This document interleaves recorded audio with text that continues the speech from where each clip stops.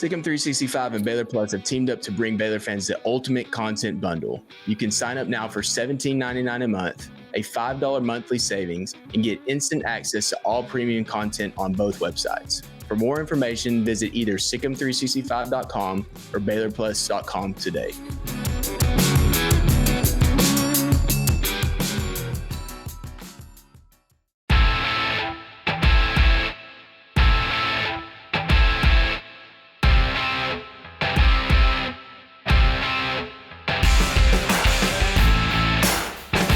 What's up, Baylor family? Welcome to Inside Baylor Sports, the official daily podcast of Baylor Athletics.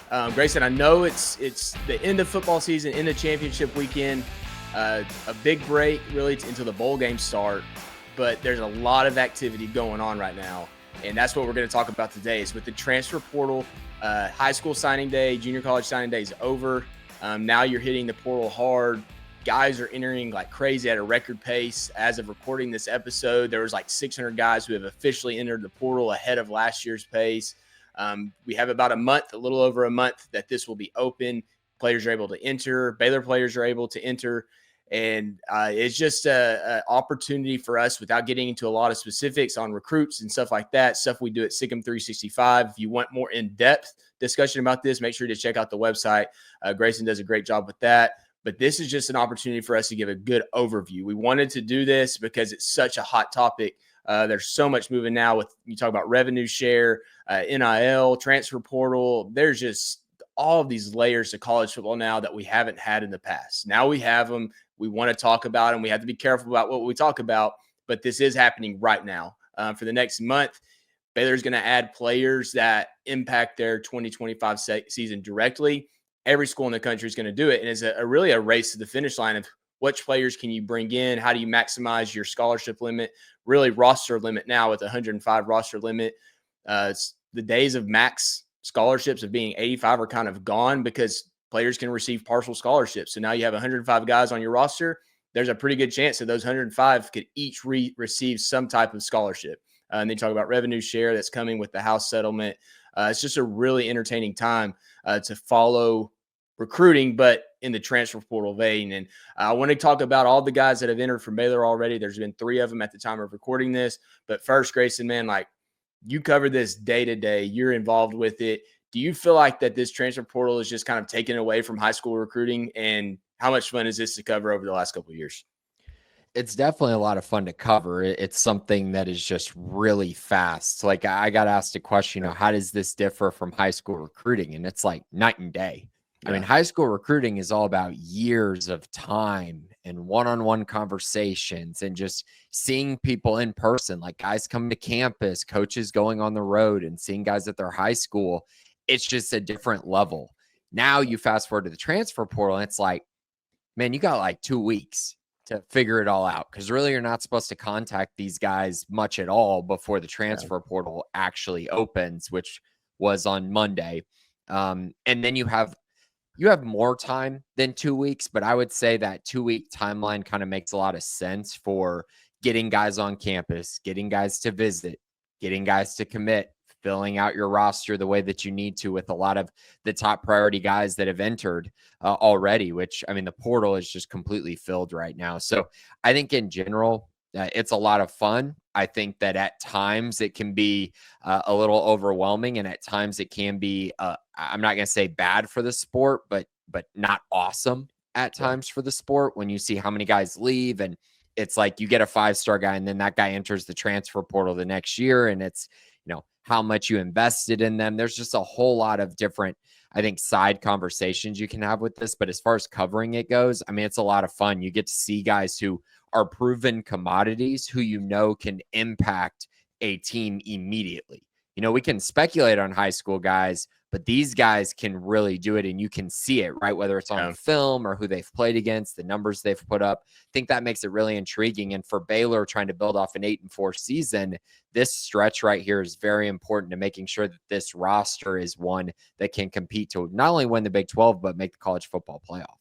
Yeah, so it's truly, if you're saying that Baylor potentially takes 10 to 15 guys, which we've discussed that, we're kind of in that same ballpark of like, that's what we expect. And we're going to go over why we feel that as we go throughout this episode.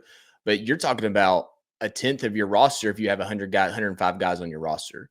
So this is a high percentage, and you're expecting them to come in. If you're bringing them in at this juncture, you expect them to come in and contribute. Now, I think Baylor last year was in a different situation. They needed to add depth pieces that ultimately were brought in to play special teams, to be situational players. I don't think that you play this particular portal window the same way as they did last year. I don't think you're going to bring in a bunch of guys for depth. You're bringing in guys that are going to make immediate impacts. And so you're talking about 10 to 15 guys, a tenth of your roster that you're saying, we need you to come in and contribute immediately to fill holes. And that's what makes this really cool. And I think that's why people latch onto the portal windows, to feel like this is going to – high school recruiting will impact your program long-term, but this stuff it immediately impacts. The portal immediately impacts. And there's situations where guys won't pan out. And like you mentioned, because it's so fast-paced that you might take a guy that you ultimately didn't want to take because you needed to, or you needed to fill a spot on the roster that you're not really sure, and you don't know those things until you get into spring ball. But the good news is that there is an opportunity for guys to be brought in during the summer as well. But for right now, this is the meat of it. Guys are ready to leave their programs. They're going into the portal, and they're either going to be there for a short amount of time, or they're going to last in there through the summer. And a lot of guys will risk it, and they don't have a spot for the spring, and then they're stuck. They have to transfer somewhere, maybe they don't want to. So it's a very interesting dynamic. And so I want to start with 3 Baylor players who are in the situation now that have entered the transfer portal. Alvin Ebosele, who is a sophomore offensive tackle. He was the first to go in. Then you had Tayshawn Wilson, a redshirt freshman defensive back that entered the portal. And then the third and most recently was Kyan Roberts-Day, a sophomore defensive lineman. Those 3 are in the portal. Your speculation on why they entered, et cetera, whatever the case is, they're in the portal now. So those 3 guys are gone. You're trying to replace their scholarships, their roster spots. Any initial takeaway? I mean, we can talk about their careers and what they're able to do, but these are just realities. These are guys that are leaving, and this is the reality for the rest of college football. Baylor in the foreseeable future. There's probably more guys from the time we record this to next week and 2 weeks that are going to enter from Baylor as well. Young and promising prospects who weren't going to have much playing time next year and want to go play.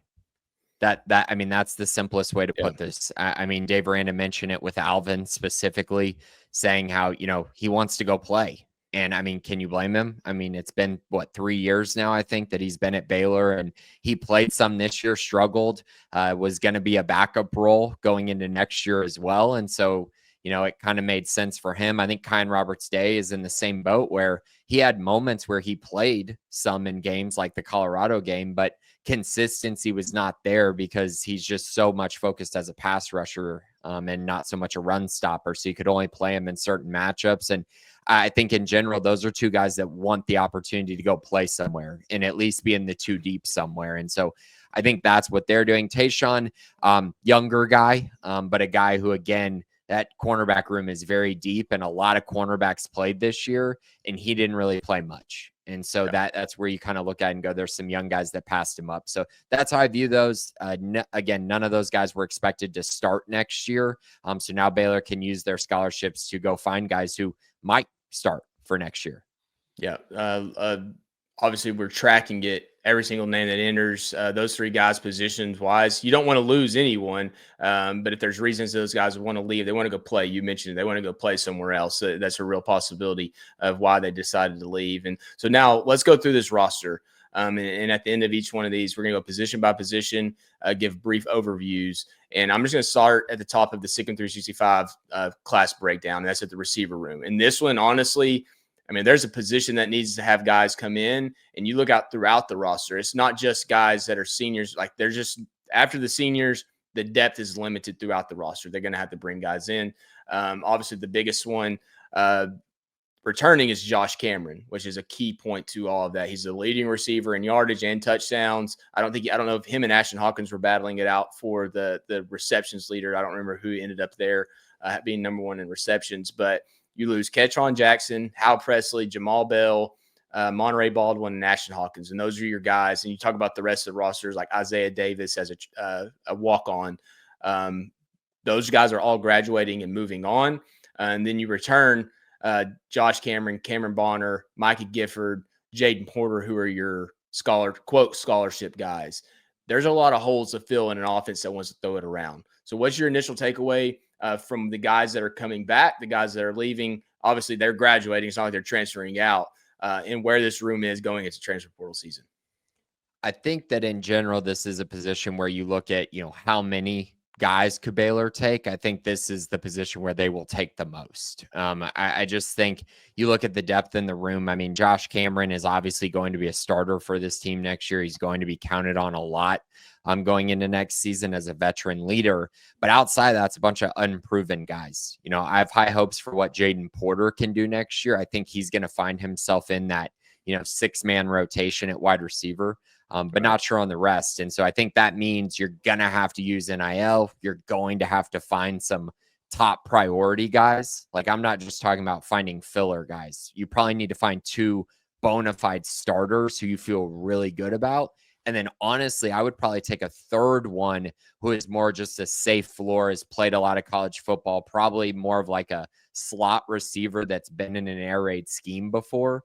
I think something like that where, you're not using a ton of NIL, but you're finding a perfect fit for your group. So something along those lines. I wrote down 3 to 4 at this position, but 2 of them need to be bona fide starters next to Josh Cameron. Yeah, so you're losing 5 seniors, and you mentioned it. There's a sophomore who will be a junior, Micah Gifford. Josh Cameron will be a senior. Cameron Bonner will be a senior. Jaden Porter will be a sophomore, and they have some freshmen coming in.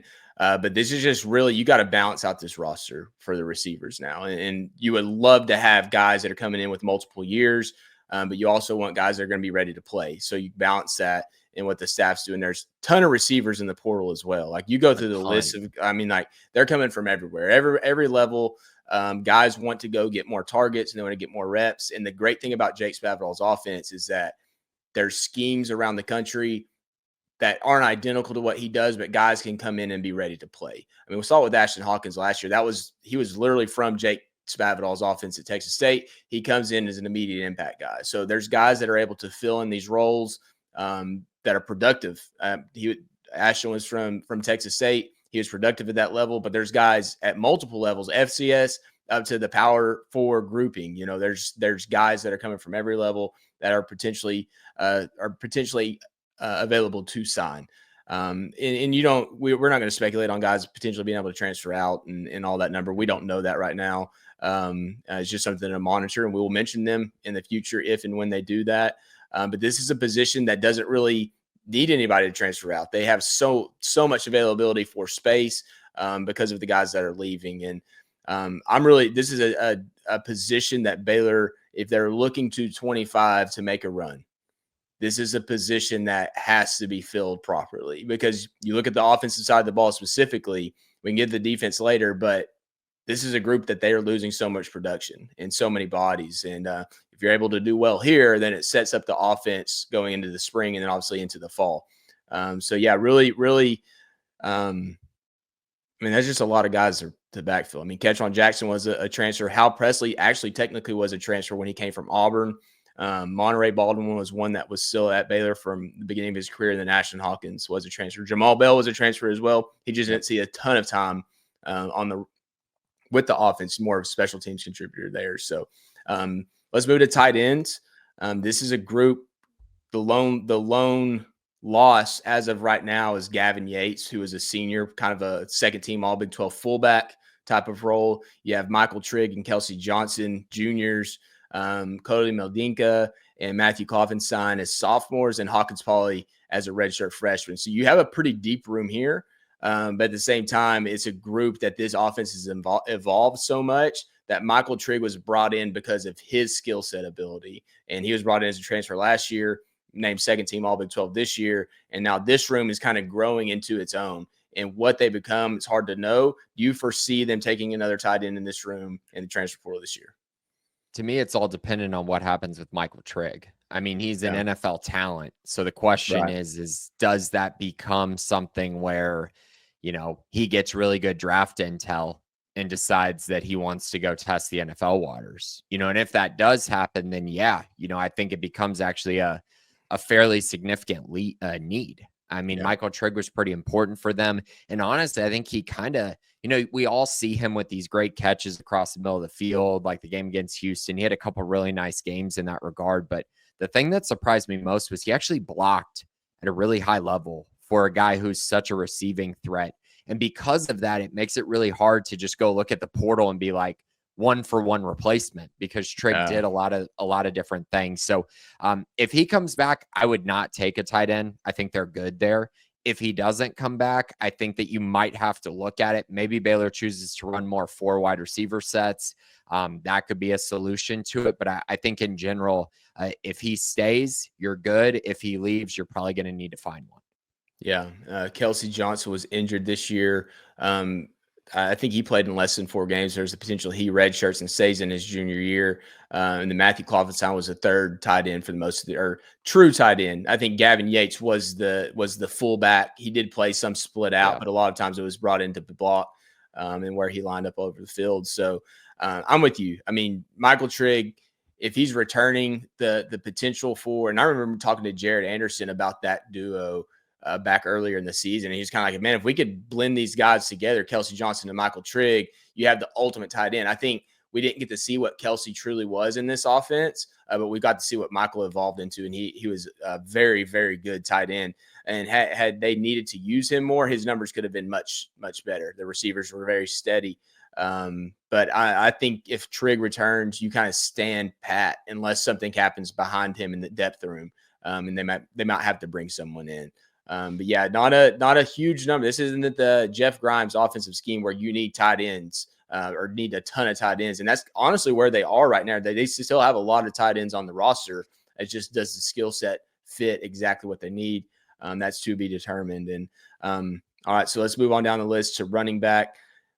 We know it was actually, my mind just went blank. Dominic Richardson, sorry, that this was predetermined a while ago, and we didn't even mention him to open this, but he's trying to get his medical red shirt for this year, and ultimately it seems like he's going to move on.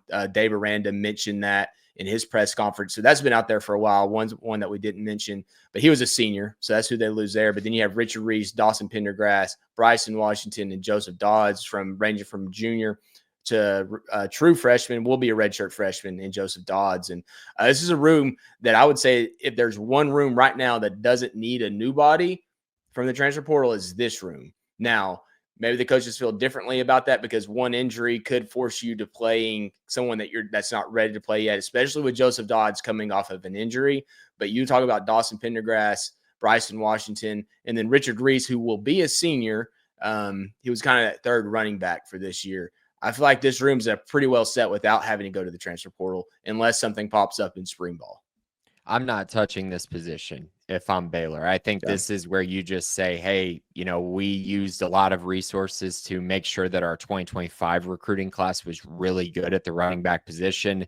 Michael Turner, unfortunately, dealt with an injury this year. So I don't know what he's going to look like by the time he enrolls in the fall. But what I do know is Caden Knighton is going to be ready to go as an early enrollee in January. And I fully expect, if you want to kind of just look at as, you look at the portal and you kind of differentiate the portal from high school recruiting. One position that I do think, you can pretty much play right away as a freshman. If I were to pick one position, I think running back is the easiest to translate from high school to the college level. And so therefore, I think at least one of these freshman running backs will give you sufficient depth. I kind of bet that will be Caden Knighton. I actually think he'll probably have a bigger role than I think people expect. I just think he brings something unique and a little bit different. So I would roll with the 2025 class and then the guys they have on campus. It's a good group already. Yeah, it is. And because of that, we're not going to spend a ton of time on that group. And it's talented. Bryson Washington, redshirt freshman, redshirt for over 1,000 yards. Dawson Pendergrass as a sophomore, same class. Dawson didn't redshirt when Bryson did in 2023. Dawson went for over 600 yards, and they both caught a ton of passes. Very effective in the pass game as well. So because we don't have to talk about it, let's move on to quarterback. Sorry, Robertson coming back. But outside of that, you're going to be relying on a redshirt freshman and Nate Bennett. And this is where it kind of gets sticky. Like, what does that decision look like? Do you try to bring in someone that maybe has one more year? I mean, the example that I remember given someone recently. Ken Seals at TCU, they brought him in specifically to be a backup. And can Baylor find someone to agree to do that for Sawyer Robertson as a senior, so you're not having to rely on Nate Bennett? Or do you say, no, we're confident in Nate as a redshirt freshman to run this scheme? But we saw it this year. They're not guarantees. DeQuan Finn comes in, gets hurt. Sawyer Robertson takes the ball and doesn't give it back. But this room is I mean, you got Edward Griffin coming in who just signed as a high school freshman, but is that the route that you want to go for a backup with him and Nate Bennett? That's a tough decision to make. You expect Sawyer to be very good, but there's always that chance. You know, we've seen it for however long and every single season that your starting quarterback gets hurt for a little while, and then what do you go to? Fortunately for Baylor this year, it worked out because Sawyer Robertson was your backup, and he just took the reins and never let go. As much as I like Nate Bennett and Edward Griffin, who will be enrolling as an early enrollee, so he'll be on campus in January. So I think those two have bright futures for this Baylor offense. I think both of them could be contributors and the starting quarterback at Baylor at some point. Yeah, I just think this season is too important for them to not bring in someone that has played a lot of college football. And if you can find someone like a Ken Seals, or if you remember a couple years ago, they looked at Alan Bowman a lot as a backup, and they were looking at him to potentially be a backup quarterback for them as well. And so I think something along those lines makes a lot of sense. It just helps you. If Sawyer misses a game or two, you feel like you can go in and still win a game or two, right? And maybe just keep you afloat. And I think that's really important. I think that's something needed for a team that, again, has high expectations next year. Yeah, Sawyer's obviously the straw of the offensive drink. He played so well in 2024, but we saw him get dinged up a little against TCU. They don't run him a lot late in the season. If that was because of that, we don't really know. But quarterbacks get hurt is reality. I mean, I don't know how far you have to go back in Baylor specifically seasons. I guess it might have been 2020 where they didn't miss any time. Was it 23? 2022. 2022 with Shapen. With Shapen. And that's tough. And then you look at, I guess 2020, Charlie Brewer played the entire season, but he was just tough. He could play through a lot of things. So it doesn't happen very often. So you want to make sure that you have someone ready to go. The staff will have to make a decision if that's a freshman or not, because Sawyer Robertson's the guy. We know that. And then who comes in behind him potentially for one or a couple of years. So, but Colt, one thing I do want to mention, I said 2022 because Shapen did start every game, but think about it this way. Kyron Drones had to come in the West Virginia game. What if they had an older guy on that team who came in? I mean, Kyron didn't play bad, but what if you had someone older who was more experienced and maybe you win that game? And that, again, every win matters, right? Every win matters in the grand scheme of momentum and things like that. You just never really know. And it's kind of a similar situation to what we're talking about right now. Like, do you want to rely on a young, unproven guy, or do you want to just have an older guy to make sure that if something does happen, you still feel like you have someone who can really run the offense at a high level in college football? Yeah, no doubt about that. The West Virginia game was a great example. Kyron had that interception that he threw late. Baylor ultimately tied it. Then West Virginia came back and scored late. But if you have, whoever it is, if you have Gary Bohannon that's still on the roster in that moment, and he comes in and he plays and he has the confidence and the composure to go in and win that game for you. So we'll see what the staff does there. But moving on to the offensive line, this is a group that returns 4 or 5 final game starters, and really the combination that started the last 6 games, 4 or 5 guys left to right. You're looking at Sidney Fugar, Ron Lingyel, Colton Price, Omar Agbedi, and those are your 4 guys that started from left tackle to right guard. Campbell Barrington being the senior on that group, the right tackle position. He's done. He's moving on after the bowl game. But that's a pretty solid foundation. And you have some young guys in that Colton Price, but 4 of those guys or 3 of those guys returning are going to be seniors. Colton will be a junior. But then you talk about Caden Siraki, who's kind of that swing guy. He's played a lot of football. He'll be a junior, so maybe he's your guy that's ultimately at right tackle. But my humble opinion, you have to go and get an offensive lineman or 2. You can't – you want competition. And I'm not saying that Caden's not ultimately going to win this job or someone's not going to make a move and win that right tackle position. But in a position that you need a lot of numbers, you can't go into the season not sure if you have it. And if you're not going to be sure who the starter is, but you better have enough guys that are competing for that position, for that right tackle position. And then ultimately, maybe it causes someone else to flip around because you bring a guy in that's willing to play or capable of playing another position. But we saw it last year. They took 5, I believe it was. One of them ultimately had to medically retire, and Kurt Daneker. I expect them to be aggressive in signing offensive linemen and trying to find someone that's ready to come in and play at a high level. So I have 2 written down for the offensive line.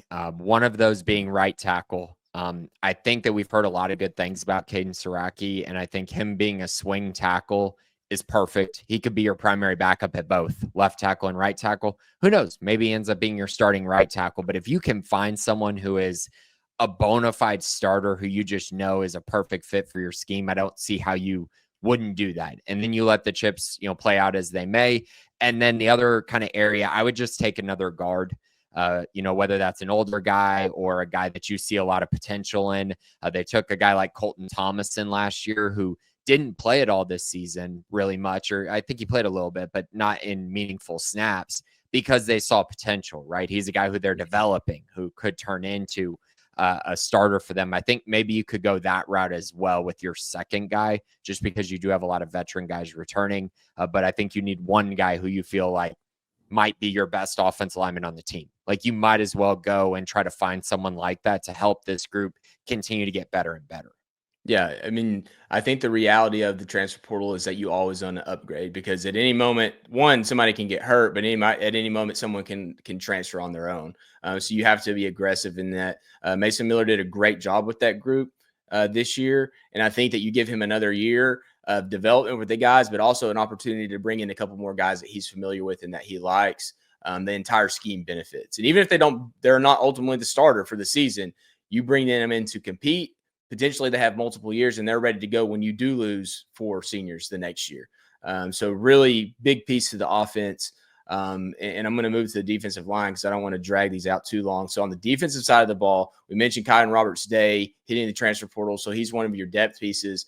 Trevin Ma'ai was a senior. He's going to be gone after the bowl game. Linus Noel, a transfer nose tackle. He's going to be gone. But outside of that, those 3 guys, you have a pretty good core coming back.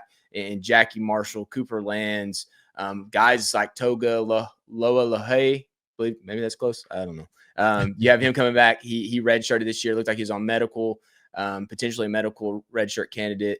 Devontae Tezino, Brandon Bett potentially back after redshirting this year. Trey Wilson. I mean, just go down the list. There's a lot of depth there. But at the same time, you're losing a few key guys. I mean, you talk about Trevin Ma'ai and Linus Noel. Those are your starters at the end of the year. Tough guys, physical guys, really good against the run. You expect Baylor to go out and try to find guys to replace him as upperclassmen. Jackie Marshall, Cooper Lands, great pieces, but Trevin Ma'ai and Linus Noel physically brought something different than both of those guys did.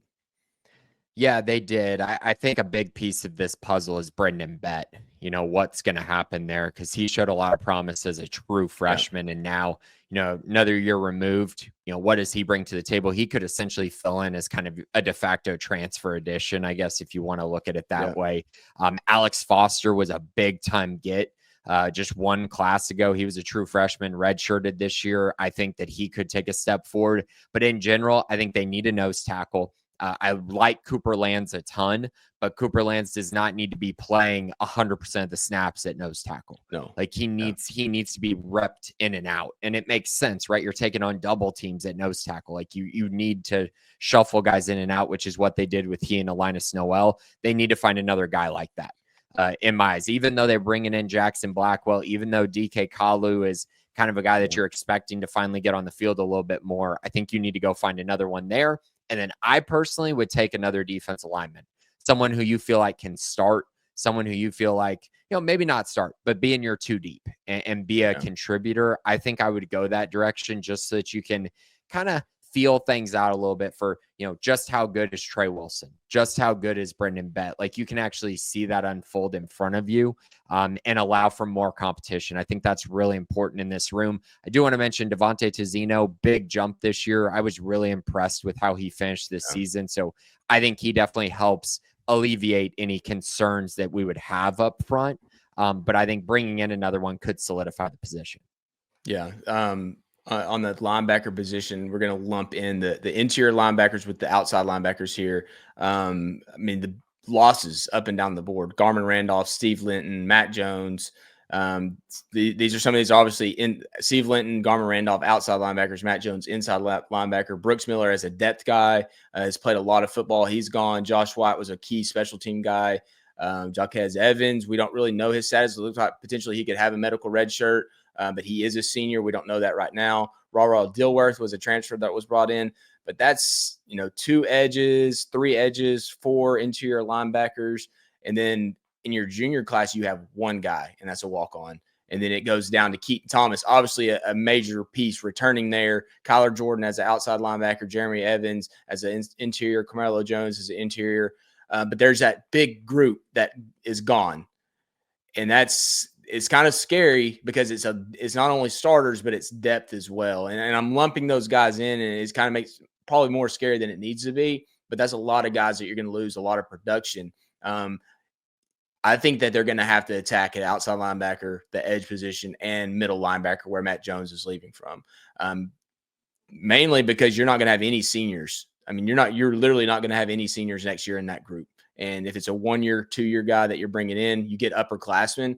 But Matt Jones, big hole to fill. Garmin Randolph, Steve Linton, obviously a big hole to fill at the outside linebacker position. Let's start with edge, because outside of wide receiver, I think it's the most important position for Baylor to address this transfer portal cycle.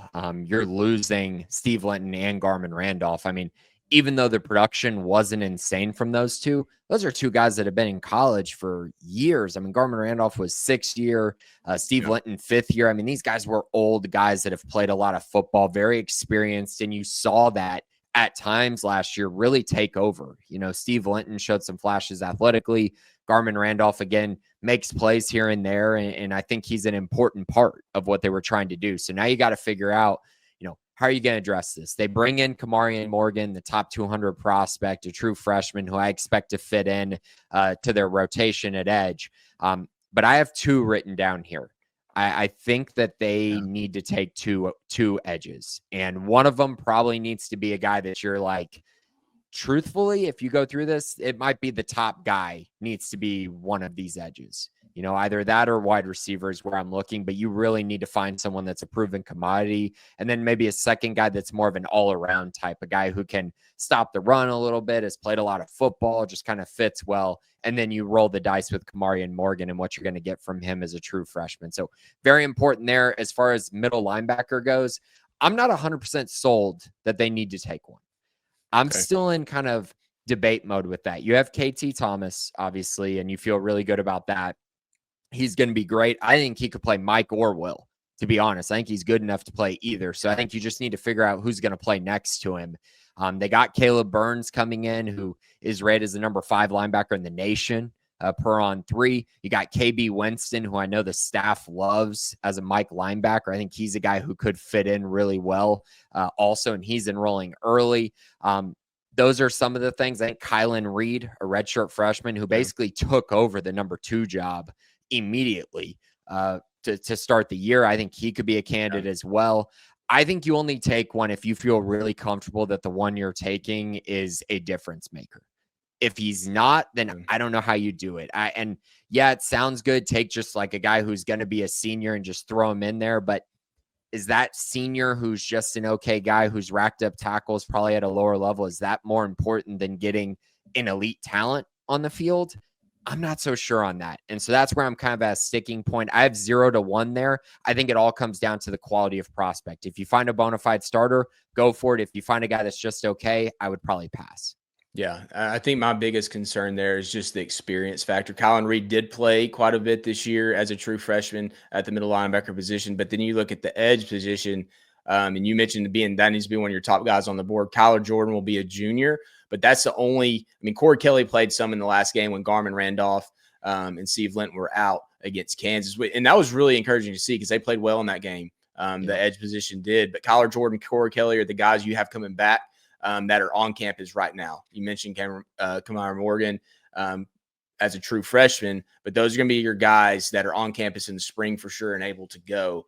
But at the middle linebacker position, I just feel like there's so much youth, and unless Carmelo Jones takes a big step in the spring, Colin Reed, I mean, he has that potential. I mean, he absolutely does. But if you're going into a season, say, hey, this is a year we're going to compete for a Big 12 championship, do you want to have to rely on that? And that's the decision the coaches have to make. You say, are we ready for him to do that? Are we ready for a true freshman in Kalen Burns needing to be that? Or is Jeremy Evans or Carmelo Jones ready to do it? The coaches know. The coaches know what their plan is, and that's what we're going to have to wait and see. Maybe they feel comfortable, or maybe they get through the spring and say, okay, now maybe we need to go get some depth here. The winter portal period is that's the hot topic one, right? But you still have that opportunity later on to go get guys. Let's move to the star position before we move on to safeties. It's really all defensive backs, stars, safeties, cornerbacks. Baylor loses really two starters. One starter in Lorando Johnson. That was a senior. Kendrick Siblin was brought in as a transfer. Chateau Reed started a little bit, but those are your main seniors. Behind them, Devin Lemire, Tevin Williams, Devin Bobby, Carl Williams, Corey Gordon, DJ Coleman, Caden Jenkins. Those were your core guys that really produced. And there's a lot of them coming back. I think when you look at Lorando Johnson leaving from one of the corner positions, at the end of the year, he was your best cornerback. So now do you say, do we have another one of those on rosters, or do we need to go find one? Then you talk about the star position. How does that impact if Carl Williams is playing your star position who is out at the end of the season, or should he play safety? There's a lot of moving pieces in this entire group, and they all kind of intertwine. I mean, you talk about star cornerback, like they recruit guys that can play multiple positions, truly at the star and the deep safety positions, but there's guys who move back and forth from the cornerback positions as well. Overall, and now let's just talk about this group as a whole. Which of those three positions do you have to go find someone to play that's ready right now? You're for sure taking one cornerback. I don't see how you don't. You got to replace Lorando Johnson. Yes, you have some other guys who have played. You got to see a lot of Reggie Bush and LeVar Thornton this year. You have Tevin Williams, an older guy, returning. I think he can definitely be a very important part of a rotation, but I don't know that you should go into the season with those four just being your corners and you're good with it. I just think you might as well add more competition, might as well add either a proven commodity or a guy that has a high ceiling, or that you view as someone that has a high ceiling. So I put 1 to 2 cornerbacks there. We'll see how that unfolds, but for sure one at minimum there. Safety is a little interesting. I think this is a position that Baylor needs to get better at. Personally, I think this year they really had moments where they just struggled. And I think they rotate in a lot of guys. I'm just trying to figure out, can they find guys who are just locked in starters who play every single snap? Is that available in the portal? If it's not, then you're probably not going to take very many of these guys. But if you find someone like that, I don't see how you don't get a guy like that. And so that could be star, or it could be field safety in my eyes. And so when I look at that, a lot of it comes down to, what does Carl Williams do? Is Carl Williams going to move to field safety, or is Carl Williams going to stay at star? Because that influences where I would attack the position. I think in general, though, I'd probably take 2. I think a star and then a field safety out of the portal makes a lot of sense, regardless of what Carl Williams is doing. You let all the guys compete, and then you figure it out from there. It just that area in the secondary is where they struggled this year. So I would definitely address it. And I actually think it's a pretty important position for Baylor to address. Yeah, I mentioned this earlier to someone, and I just feel like that regardless of what position you think they might play, you bring in 2, maybe even 3 guys, depending on the classification, and let them battle it out and let the cream rise to the top. Because if you don't, and you're stuck in a situation where, we still don't have someone to play this position, it doesn't allow that flexibility to happen. So Carl Williams, where do you need him? Well, if he's the best player at this position, but he could be better playing the field safety position, well, then who plays star? So I think you bring in competition. You let them come in and play, because it was a weak link this year. And David Rand has said it himself. We're looking at defensive backs. We're looking at safeties. We need that. And I think they're going to attack it in that area. Cornerback, I'm with you. Lorando Johnson was a big loss. Ultimately, he was a top 7 player in passes defended this year in the Big 12, which was really cool to see. I mean, after his journey back to Arkansas, back to Baylor, he really impressed me this year, the way he grew up and was able to play that cornerback position. but you're going to have to find someone to replace him. I like a lot of the young talent in the defensive back room, but it's that bridge. It's how do you get from them being young guys to them being the guys? And I think you're going to have to bring in across all positions roughly 4 players. If it's 2 cornerbacks, 2 safeties, 1 cornerback, 3 safeties, something in that area. It depends on how comfortable they feel with the guys that are on the roster right now. I agree. I just think that you got to upgrade talent there and really just upgrade competition. I mean, it's kind of that mixture, right? Where you're bringing in a different infusion of talent, guys with different skill sets, and you're seeing what fits best in your defense. I just think they really need to do that. They haven't really attacked the safety position through the transfer portal very much, which has been interesting. They've wanted to develop from within, and I've understood that. But I also think that, there's opportunities here, right? Where you could find some guys who maybe fit differently, and maybe that works better with your defense. And so I think it's just something to think on. After their 2021 season, they really haven't really added a lot of pieces. It's just been recruiting and then development at the safety position. So I think at this point, now's a good time to bring in a different infusion of talent and then figure it out from there. Yeah, absolutely. So that's the entire roster on offensive, defensive side of the ball. We can talk about kickers, punters, but that looks pretty, depending on what Isaiah Hankins does, I think they have guys on roster that are freshmen that they're comfortable. Palmer Williams, obviously being a punter. Kicker, you're looking at Connor Hawkins was brought in to do a really good job.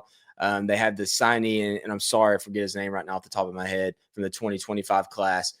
Really highly rated guy. And I think that's set. You're not looking at transfers in either one of those. Yeah, Red Armstrong, excuse me. I think a lot of services have him as basically a 5-star kicker and really good out of Colorado. And that's pretty much set.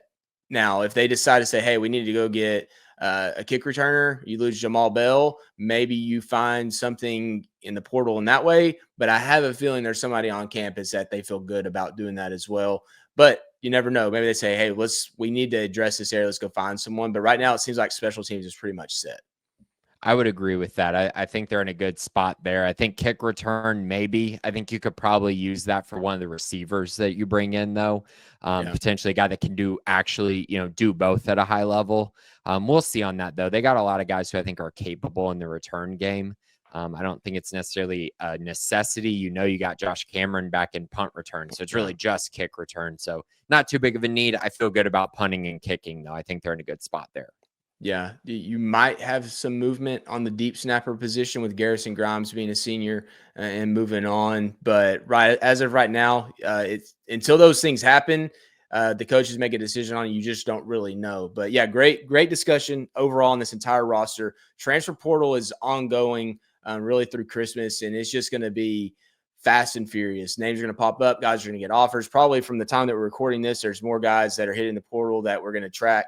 Hop on Sikkim 365. We can't discuss them officially on this podcast because they're just prospects. They're not actually signees, but it's a lot of entertainment. It's a lot of fun to talk about these guys. So any final thoughts on this roster or the transfer portal, as Baylor moves through, and this thing's truly just now getting going?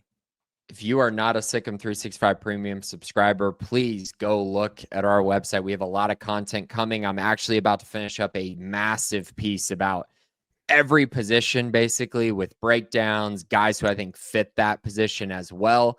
So be sure to check that out if you want more specific names on guys and stuff like that we can't talk about on this podcast.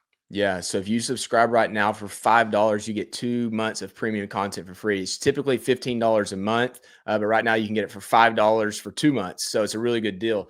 Just hop on, create an account, and it'll give you the opportunity to do that. So, all right, Baylor family, that's going to do it for this episode of Inside Baylor Sports. As always, thank you for listening. For Grayson Grunhafer, I'm Colt Barber. Have a great Tuesday, and Sikkim Bears.